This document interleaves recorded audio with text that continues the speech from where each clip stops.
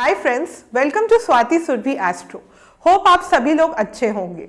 आज अपनी कंजंक्शन की सीरीज को कंटिन्यू करते हुए मैं बात करूंगी सूर्य और केतु की युति के बारे में, यानी कि सन और केतु के कंजंक्शन के बारे में। तो केतु कैसा ग्रह है? केतु डिटैचमेंट का प्रतीक है, सैल्वेशन का प्रतीक है, मोक्ष का प्रतीक है, स्पिरिचुअलिटी का प्रतीक है। केतु हमें मटीरियलिस्टिक वर्ल्ड से दूर ले जाता है और अध्यात्म की ओर जाने की प्रेरणा देता है। सूर्य कैसा ग्रह है? सूर्य पावर, फेम, अथॉरिटी, गवर्नमेंट और हमारी सेल्फ एस्टीम, हमारी ईगो, हमारी सेल्फ रिस्पेक्ट, हमारी प्राइड और हमारे पिता का भी कारक है। तो जब सूर्य और केतु एक साथ एक ही भाव में, यानी कि एक साथ एक ही घर में बैठ जाते हैं, तो किस तरह के परिणाम हमें देखने को मिलते हैं? सबसे पहले तो हमें यह देखना चाहिए कि सूर्य और केतु की युति शुभ प्रभाव में है कि अशुभ प्रभाव में है। अगर ये शुभ ग्रहों से युक्त या दृष्ट है या अच्छे घरों में ये युति बन रही है हमारी जन्म पत्रिका के, तो हमें अच्छे रिजल्ट देखने को भी मिल सकते हैं इस युति के। लेकिन अगर ये छठे, आठवें या 12वें घरों में बन रही है और अशुभ ग्रहों के प्रभाव में भी है, तो फिर इस युति के थोड़े दुष्परिणाम हमें देखने को ज्यादा मिल सकते हैं। लेकिन फिर भी उसके लिए भी अगर हम सरल से उपाय करें, जो इस वीडियो के अंत में मैं आपको बताऊंगी, तो आपको लाभ हो सकता है। तो फ्रेंड्स, यहाँ पे मैंने एक जन्म पत्रिका बना दी है जो कि मेष लग्न की जन्म पत्रिका है, जो कि काल पुरुष की जन्म पत्रिका है। यहाँ पे एरीज से स्टार्ट हो रही है और पाइसेस से एंड हो रही है। यहाँ पे मैंने सूर्य और केतु की युति हर जगह लिख दी है। सूर्य का ओन साइन होता है लियो, सूर्य उच्च के होते हैं एरीज में और सूर्य डेबिलेटेड होते हैं लिब्रा में। अब मैं बात करती हूँ कि इस युति के क्या क्या परिणाम मिलते हैं विभिन्न घरों में कुंडली के। तो अगर सन और केतु की युति आपके पहले घर में, यानी कि पहले भाव में बन रही हो और ये पॉजिटिव हो, मतलब आपके लिए शुभ हो, तो फिर ऐसा जातक राइट प्रिंसिपल वाला, ईगोइस्टिक नेचर वाला और स्पिरिचुअलिटी की तरफ इंक्लाइंड होता है, मगर वह बहुत अथॉरिटी वाला भी होता है। लेकिन ऐसे व्यक्ति को अगर ये युति अशुभ प्रभाव में है, यानी कि नेगेटिवली अगर सन और केतु यहाँ प्लेस्ड है, तो ऐसे व्यक्ति के साथ फादर जो होते हैं ना, उसके साथ कॉन्फ्लिक्ट रहता है। ऐसे व्यक्ति का कॉन्फिडेंस में कमी होती है, वर्क मैनेजमेंट करने का तरीका खराब होता है और दूसरों पे ऐसा व्यक्ति काफी हद तक डिपेंडेंट रहता है। अब मैं बात करती हूं कि अगर यही सूर्य और केतु की युति दूसरे भाव में बन रही हो, तो फिर ऐसे व्यक्ति के पास अक्यूमुलेटेड वेल्थ रहती है और अपने पिता की धन संपत्ति को ऐसा व्यक्ति प्राप्त करता है, अगर ये शुभ प्रभाव में हो तो। लेकिन अगर ये यहीं पे ये युति अशुभ प्रभाव में है, यानी कि नेगेटिव है, तो ऐसे व्यक्ति की स्पीच खराब होती है, रफ बोलने वाला होता है, जिसकी वजह से उसके पारिवारिक संबंध में भी तनाव होता है।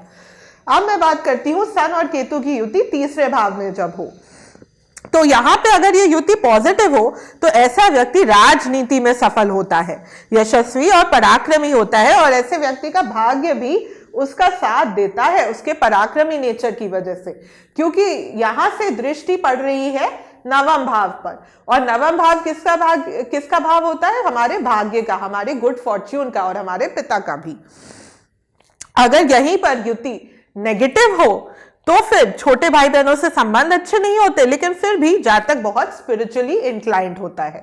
अब अगर सन और केतु का कंजंक्शन चतुर्थ भाव में हो, पॉजिटिव हो, तो फिर यहाँ पे कार्य क्षेत्र में अथॉरिटी बढ़ती है, सरकारी नौकरी भी प्राप्त हो सकती है, उच्च पद पे भी इंसान जा सकता है, मगर कार्यों से डिटैचमेंट रहता है कुछ उसका। और अगर मैं बात करूं यहां से दृष्टि की, तो आप देख सकते हैं यहां से 7वीं दृष्टि 10वें भाव पे पड़ रही है, तो ऐसे व्यक्ति का जो कार्य में ना थोड़ा मन हट सकता है, बार बार वो अपनी जॉब बदलेगा, कभी एक जॉब करेगा, कभी दूसरी जॉब करेगा, कभी तीसरी जॉब पे जाएगा, ऐसा उसका नेचर हो सकता है। और घरेलू सुख में ऐसे व्यक्ति को कमी आ सकती है। और हाँ, ऐसे व्यक्ति को कई बार घर से दूर जाकर भी कार्य करना पड़ सकता है। अब मैं बात करती हूं कि अगर सूर्य और केतु पंचम भाव में हो और अगर पॉजिटिवली प्लेस्ड हो यहाँ पे, तो ऐसा जातक काफी क्रिएटिव होता है, मीडिया की फील्ड में अच्छा कर सकता है, उसकी आय में बहुत वृद्धि होती है, क्योंकि यहाँ पे सप्तम दृष्टि पड़ रही है 11वें भाव पे, एकादश भाव जो कि आय का भाव होता है, तो आय में बढ़ोतरी आ रही है। सट्टे आदि से उसको नुकसान हो सकता है और स्टॉक मार्केट ट्रेडिंग से भी ऐसे व्यक्ति को नुकसान हो सकता है। अगर नेगेटिवली प्लेस्ड हो तो संतान पक्ष से परेशानी मिल सकती है, बच्चों के साथ संबंध से में परेशानी आ सकती है और बच्चों से मानसिक कष्ट और पीड़ा भी मिल सकती है। अब मैं बात करती हूं कि अगर सूर्य और केतु की युति यहाँ छठे भाव में हो, तो फिर यहाँ पे अगर पॉजिटिवली प्लेस्ड हो तो फिर ऐसा व्यक्ति बहुत बहादुर और साहसी होता है, कंपटीशन में उसे सक्सेस मिलती है, वह अच्छा लीडर होता है, शत्रुओं पर विजयी होता है, वह अच्छा डॉक्टर और अच्छा पुलिसमैन भी हो सकता है। लेकिन अगर यहीं पे सन और केतु नेगेटिवली प्लेस्ड हो तो ऐसा जातक बहुत अहंकारी होता है, उसे फाइनेंशियल लॉस भी हो सकता है, वह सोशल नहीं होता, क्योंकि देखिए यहाँ पे 12वें भाव पे दृष्टि पड़ रही है, 7वीं दृष्टि 12वें भाव पे पड़ रही है। 12वां भाव आइसोलेशन का भी होता है, पिता से संबंध अच्छे नहीं होते ऐसे जातक के, पिता को कोई बीमारी भी हो सकती है और ऐसे जातक को हड्डियों की भी बीमारी हो सकती है। अब अगर 7th हाउस में सन और केतु की युति हो, पॉजिटिव हो, तो ऐसे लोग बहुत क्रिएटिव होते हैं, महत्वाकांक्षी होते हैं और अपनी महत्वाकांक्षाओं को पूरा भी करते हैं, क्योंकि सन और केतु का यहाँ पे फुल एस्पेक्ट जा रहा है फर्स्ट हाउस पे। फर्स्ट हाउस कैसे दिखाता है? हमारी पर्सनालिटी को, हमारे नेचर को, इसलिए ऐसे लोग एडजस्टिंग भी होते हैं, प्रतिकूल स्थितियों में भी चुनौतियों का सामना करना जानते हैं, पॉजिटिव थिंकर होते हैं, फोकस्ड होते हैं और ईगोइस्टिक भी होते हैं। लेकिन अगर यहीं पे सन और केतु नेगेटिवली प्लेस्ड हो तो ऐसे लोगों को आत्मसम्मान की हानि हो सकती है, क्योंकि 7वां घर रेपुटेशन का और पब्लिक इमेज का भी होता है। ऐसे लोगों को सेल्फ कॉन्फिडेंस में कमी होती है, नेगेटिव थिंकिंग वाले होते हैं, रिश्तों में उन्हें मुश्किलों का सामना करना पड़ता है, डिप्रेशन आदि के शिकार भी हो जाते हैं, मेंटली भी वीक होते हैं। अब मैं बात करती हूँ सन और केतु अगर अष्टम भाव में हो और पॉजिटिवली अगर प्लेस्ड हो ना यहाँ पे, तो ऐसे लोगों का फोकस स्पिरिचुअल ट्रांसफॉर्मेशन की ओर रहता है, अपनी इनर पावर को बढ़ाने की ओर रहता है, गुप्त विद्याओं को सीखने की ओर रहता है। वे घर से बहुत अधिक धन संपत्ति प्राप्त करते हैं, क्योंकि यहाँ पे जो 7वीं दृष्टि है वो दूसरे भाव पे पड़ रही है और दूसरा भाव धन संपत्ति का, पैतृक धन संपत्ति का भी भाव होता है। अब अगर मैं बात करूं इसके नेगेटिव इंपैक्ट की, तो देखिए यहाँ पे अचानक कोई दुर्घटना हो सकती है जातक के साथ, सन और केतु अगर अष्टम भाव में नेगेटिवली प्लेस्ड हो। यहाँ पे नकारात्मक बदलाव भी जीवन में हो सकता है, पारिवारिक विवाद, क्लेश, व्यापार में नुकसान और हेल्थ खराब हो सकती है, कोई गुप्त बीमारी भी हो सकती है और परिवार में गलतफहमी भी हो सकती है, मानसिक तनाव और सेल्फ कॉन्फिडेंस की भी कमी हो सकती है जातक को। अब मैं बात करती हूँ सन और केतु की युति अगर नवम भाव में हो। अगर यहाँ पे पॉजिटिव हो तो आप बहुत ज्यादा आध्यात्मिक होते हैं, अध्यात्म की ओर आपका बहुत झुकाव होता है, आप कई तीर्थ स्थानों की यात्रा करते हैं, आपकी जो रेपुटेशन होती है ना वो बहुत अच्छी होती है, आप एक मेंटर और गुरु के रूप में जाने जाते हो, क्योंकि यहाँ पे 7वीं दृष्टि पड़ रही है तीसरे भाव पे, इसलिए आप बहुत सेल्फ कॉन्फिडेंट होते हो, आपके एफर्ट सही डायरेक्शन में डायरेक्टेड होते हैं, आप महत्वाकांक्षी होते हो और दूसरे के प्रति समर्पित होते हो, क्योंकि ये जो भाव है तीसरा भाव वो सर्विस का भी भाव है, इसलिए आप सेल्फलेसली दूसरों को सर्व करने में बिलीव करते हो। और यहीं पे अगर सन और केतु नेगेटिवली प्लेस्ड हो तो फिर आपके पिता से आपके संबंध ठीक नहीं होते, परिवार के सदस्यों से भी संबंधों में कड़वाहट होती है, निवेश करने में आपको लापरवाही से इन सब में आपको नुकसान होता है, फाइनेंशियल लॉस भी हो सकता है, आप क्रिएटिव भी कम होते हो, गलत निर्णय से भी आपको नुकसान हो सकता है और विल पावर में भी आपकी कमी हो सकती है।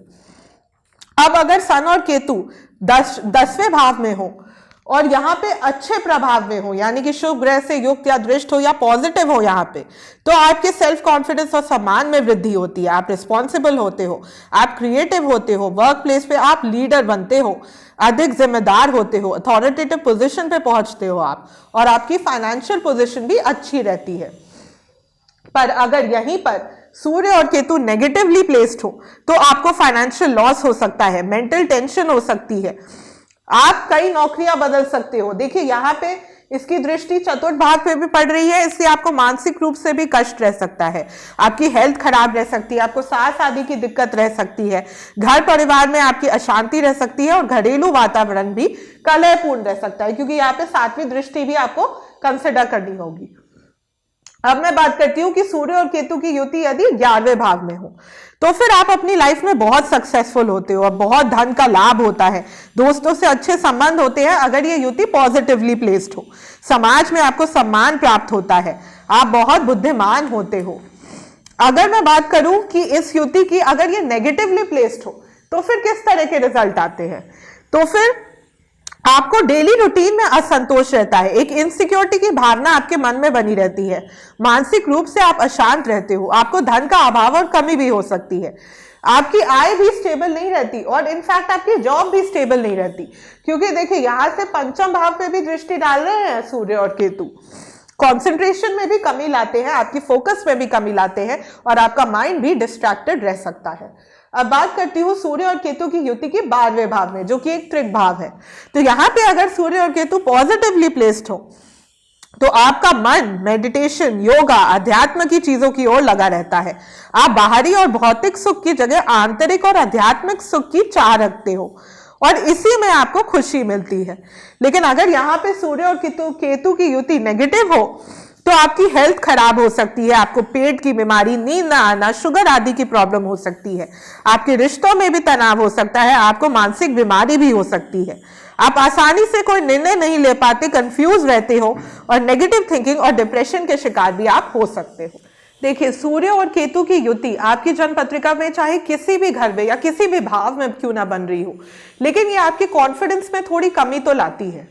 इसलिए आपकी ये कोशिश रहनी चाहिए कि आप अपने सूर्य को प्रबल करिए ताकि इस युति के अच्छे परिणाम आपको ज्यादा देखने को मिले और दुष्परिणाम आपको कम देखने को मिले।